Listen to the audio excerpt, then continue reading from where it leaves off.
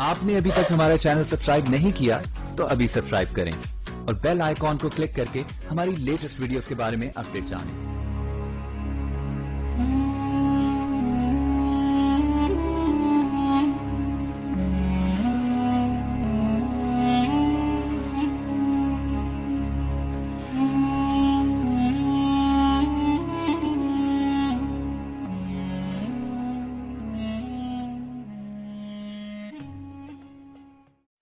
शाने पंजाब चैनल दी होस्ट फौजिया भट्ट दी तरफों अस्सलाम वालेकुम, सत श्री अकाल, नमस्ते।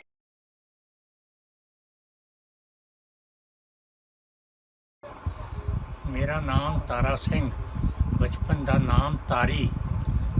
मेरा पिंड धुंदा, जिला अमृतसर, हुण नवा जिला तरन तारण बन गया वा।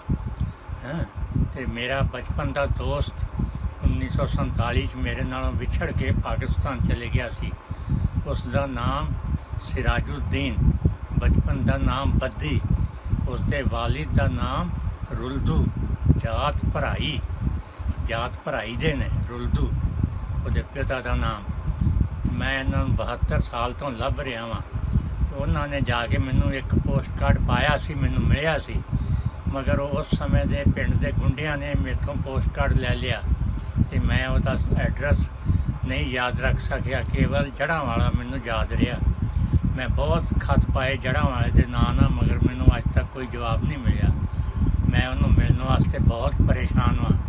तो मेरी आप अगे गुजारिश है कि जिन्होंने भी पता हो, जिस तरह भी हो, तो मेरा फ़ोन नंबर ये है कि उन्होंने दिता जाए, मेरी गल कराई जाए। फ़ोन नंबर मेरा नोट करो, 8319 23292।